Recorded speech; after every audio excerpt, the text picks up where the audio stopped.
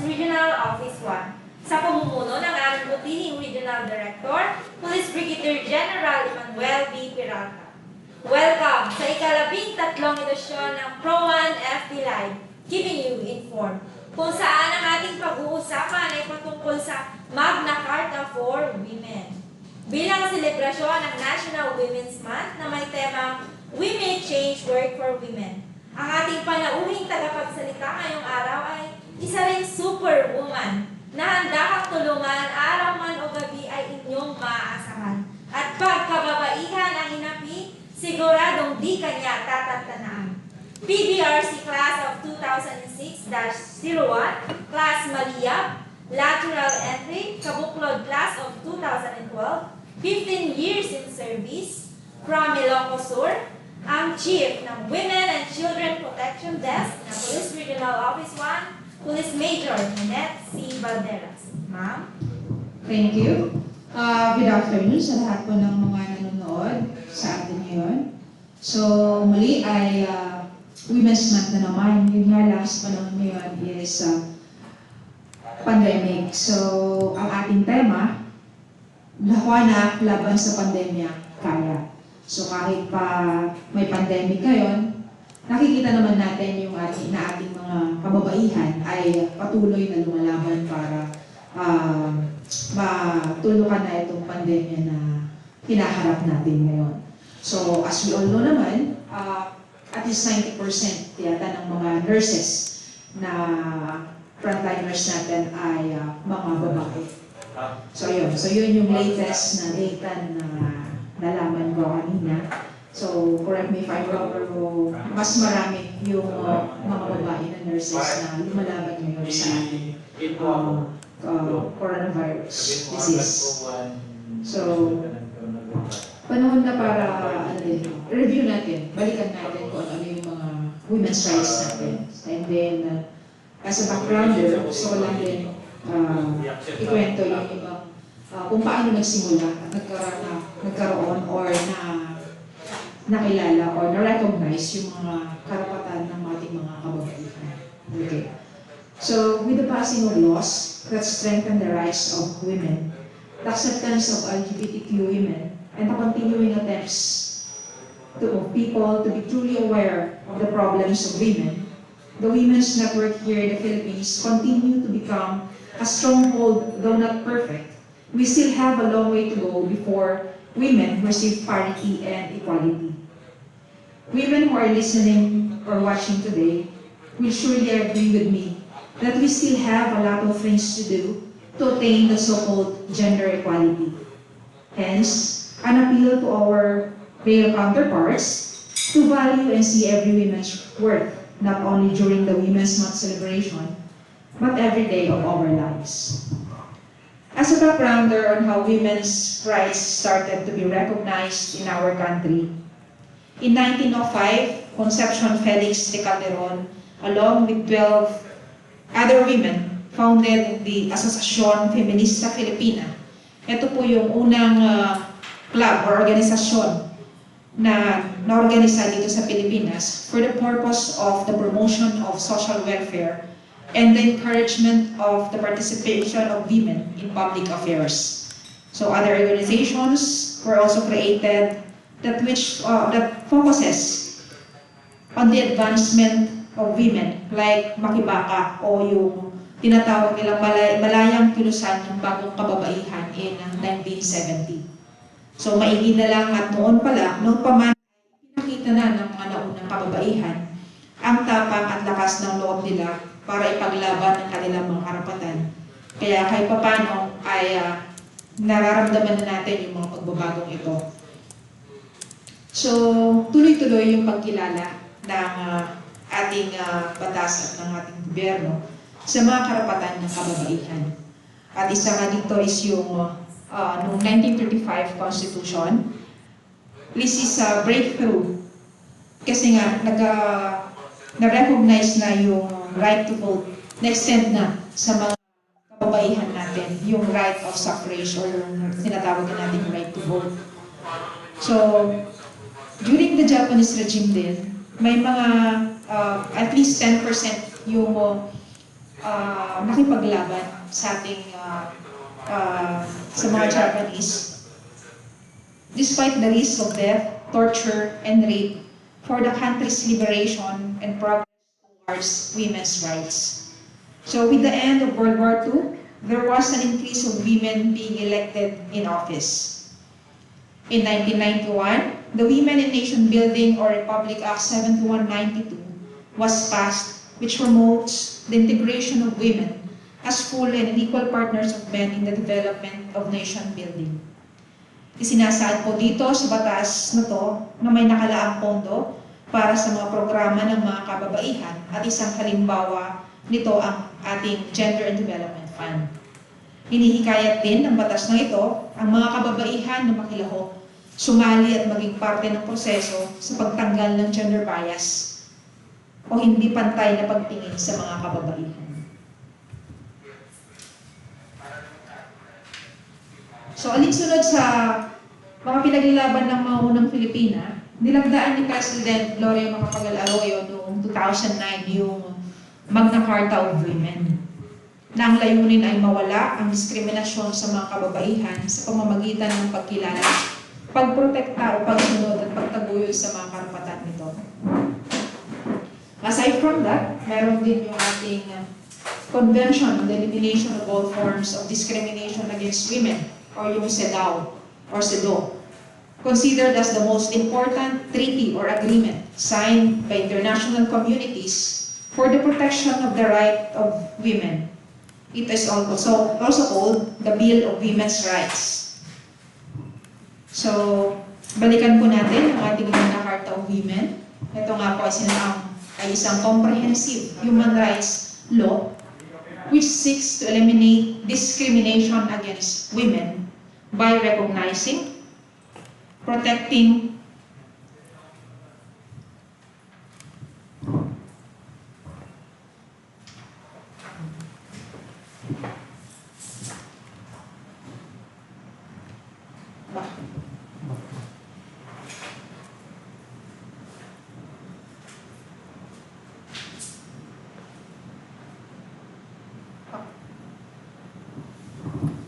seeks to eliminate discrimination against women by recognizing, protecting, fulfilling, and promoting the rights of Filipino women, especially those in the marginalized sectors. So, sino-sino po ba yung mga tinatawag nating members ng marginalized sector? Ito po yung mga, example po is yung mga farmers natin, yung ating mga landless rural workers, yung mga nasa urban poor, and yung mga workers ng ating informal sector. Okay, so tulad nga nasabi na banggit ko kanina, ito ay naisabatas noong 2009, noong panahon ng isa sa mga kilalang empowered na babae dito sa ating bansa. Yun nga po ay si Pangulong Gloria Macapagal-Arroyo. So, nakasaad po dito, ang una, na karapatan ng isang babae ay patas na pagtrato sa babae at lalaki sa harap ng batas, o yung tinatawag natin na equal treatment before the law. So kung ano man yung mga karapatan ng mga kalalakihan, ay karapatan din ng mga kababaihan. Hindi po pwedeng yung, hindi naman po pwede na may mga karapatan lang ang kalalakihan na hindi pwedeng maging karapatan ng kababaihan. So, sumunod po dito ay yung sa protection ng sa lahat ng uri ng karahasan, lalo na sa karahasan na dulot ng Estado.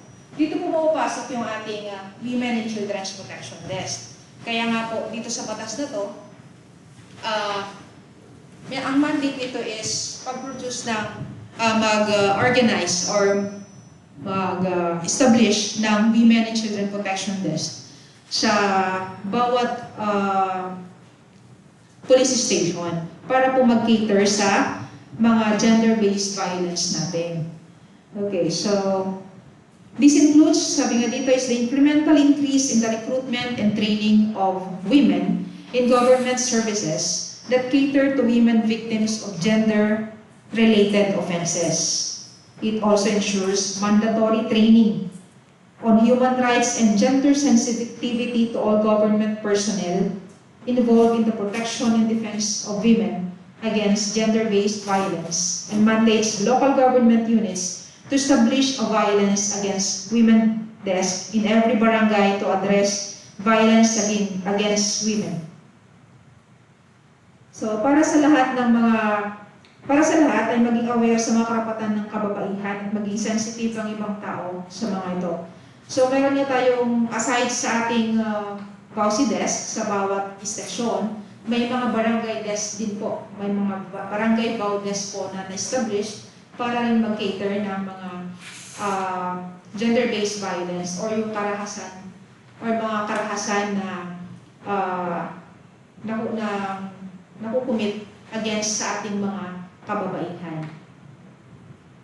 The next po is yung pagbibigay ng patas na karapatan sa edukasyon, pagkamit ng scholarships at ibang uri ng pagsasanay.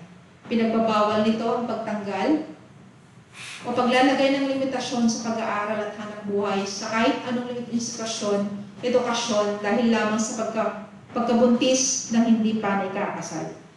So dito naman sa pangatlong karapatan ng kababaihan natin is pinagbabawal nga yung i-discriminate yung isang babae dahil lang po ito ay buntis. So, ayun. Equal access and elimination of discrimination against women in education, scholarships, and training. This includes revising educational materials and curricula to remove gender stereotypes and images and outlawing the expulsion, non-readmission, prohibiting enrollment and other related discrimination against women students and faculty due to pregnancy outside of women. So with exemption, syempre, so kung ang training naman is, it will risk naman yung buhay ng ating mother at yung child, yun naman po yung exemption nito, karapatan na ito. Syempre, alam namang hayaan natin yung isang babae na buntis na or mailagay naman sa kapahamakan yung buhay nila ng kanyang bata sa kanyang sinapupunan. Ayun. Sunod po is yung ating karapatan sa patas na pagtrato sa larangan ng palakasan or sports. So, makikita natin dito sa presentation natin, kasi yung ba siguro familiar sila with Heidelin Diaz. Ito po is isa sa mga na-champion during the Olympics sa weightlifting. And then sunod po dito is si Nesty Peticio, sa boxing naman po siya. And si Marjeline Vidal sa skateboarding. I think sa ASEAN 2018 po yata nanalo si Marjeline Vidal. Next is yung karapatan ng mga kababaihan. Dito nga, sabi dito, pinagbabawal sa diskriminasyon sa mga babae sa trabaho sa loob ng gobyerno, hukbong sandatahan, kapulisan at iba pa. So, non-discrimination in employment in the field of military, police, and other similar services. So, kung ang ating mga kalalakihan ay pwedeng magpulis o pumasok sa hukbong sandatahan, maaari rin po pumasok yung ating mga kababaihan. With the same pay and allowances, depending of course dun sa rank po ng ating mga members ng armed forces at ng PNP. So sabi dito is this includes according the same promotional privileges and opportunities as their men counterpart, including pay increases, additional benefits and awards based on competency and quality of performance. The dignity of women in the military, police, and other similar services shall always be respected. They shall be afforded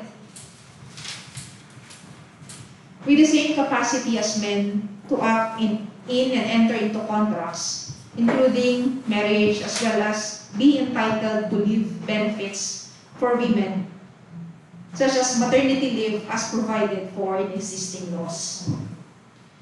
Pangpito is yung ating pagbabawal sa di makatarungang representasyon sa kababaihan sa kahit anong uri ng media. Okay. Non-discriminatory and non-derogatory portrayal of women in media and film to raise the consciousness of the general public in recognizing the dignity of women and the role and contribution of women in family, community, and society through the strategic use of mass media, use of gender. Ito po is yung paggamit natin ng gender-sensitive na language or yung pagpo-post ng mga positive images ng mga kababaihan po natin. So, pinoprotektahan din po ng batas na ito, ginagawad ng batas na ito ang pagkakaroon ng 2-month leave na may bayad sa mga babae na sumasailalim sa isang medical operasyon, pagbubuntis o gynecological na mga sakit.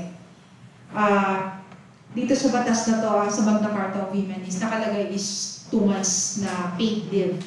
Pero meron po tayong bagong batas, yung ating expanded maternity leave, yung RA 11210, expanded na nga po siya from 60 days or yung 2 months po is naging 105 days na po. Nakasaad po ito sa RA 11210, expanded maternity leave. So aside from that, aside sa maternity leave, under the Solo Parents Act, meron din po tayong maaari din po mabigyan yung isang ina ng 15 days paid leave, and pwede din po itong ma-extend ng another 30 days, pero yung 30 days is hindi na po siya mababayaran. So yung 15 days lang po. And din po sa ating RA 9262, nakalagay din po dito na maaari rin po mag-file ng kanyang leave yung isang victim survivor na babae at ng 10 araw, at ito po ay paid leave din po ito. So ayun, so sinusulong ng batas na ito ang patas na karapatan sa mga bagay at usapin kaugnay ng pagpapakasal at mga usaping pampamilya.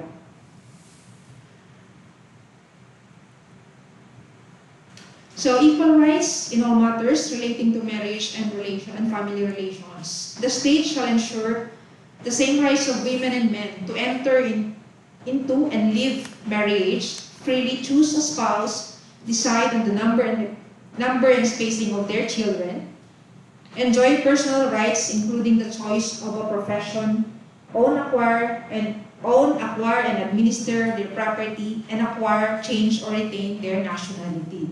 So, sabi nga dito is, may karapatan yung ating mga kababaihan na mamili na kung sino yung pakakasalan nila, tulad din sa mga kalalakihan. May karapatan po sila na mamili at ng mapapangasawa nila, magkaroon ng pamilya, at magkaroon ng mga sariling, ng mga properties nila.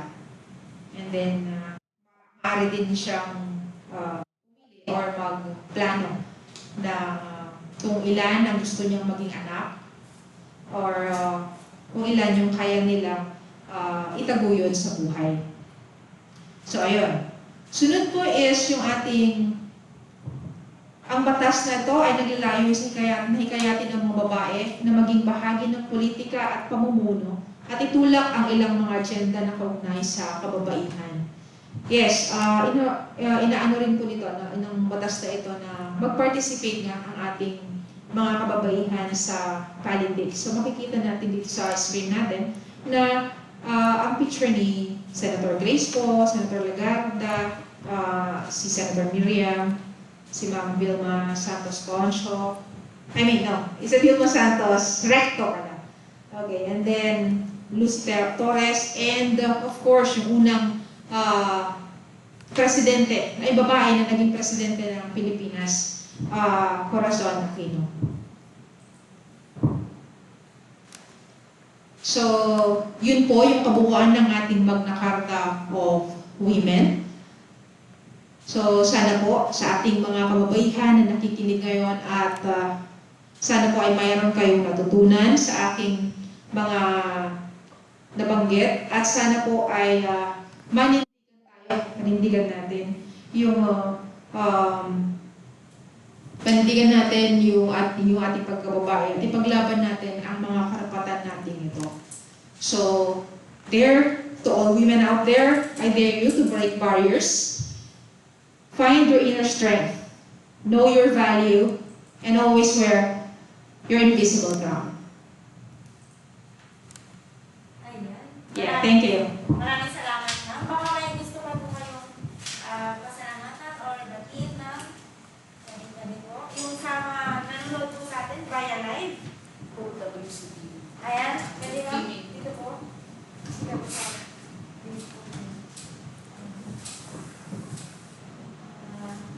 sa mga police stations po. Supportive ng ating mga ng ating mga WCPDs sa buong region. So nakikita ko ang daming nanonood. So shout out kay Ate Emma sa Alingay Police Station. Ate Brenda ng Mapandan. Sorry, mga mga naging ka-close ko na so familiar na sa kanila. So shout out din sa Santa Catalina, Ilocos Sur. Si Romaline Tamay Abalos, Lian Rain from Aguilar Police Station, and of course yung ating kababayan from Banayuyo Police Station, Ate Joy. Hello sa inyo lahat dyan. Namimiss ko na po ang ating bayan. Ilang buwan na rin po akong hindi nakakauwi dahil sa pandemya. Pero tuloy pa rin ang laban natin. Tuloy pa rin ang Women's Month celebration po natin. So, sa lahat po ng mga nanonood sa ating FB Live, hello po sa inyong lahat. And enjoy po natin yung ating Women's Month kahit pa may kinakaharap po tayong pandemya. Observe lang po tayo ng ating mga health protocols para po wala pong magkasakit sa ating lahat. Salamat po and good afternoon. Ayan. Hello din po sa ating mga YouTube subscribers na nakaabang din sa atin. Magandang hapon po. Naway may napulot po tayong aral mula kay Major Banderas. Ayan. Shout out din po sa mga kasamahan natin dito sa Police Regional Office 1 na laging tumututok sa ating programa. Lalo-lalo na po sa aming opisina, Regional Community Affairs and Development Division. Ganun din po sa aming istasyon, Police Infanta. Ayan, magandang hapon po sa inyong lahat.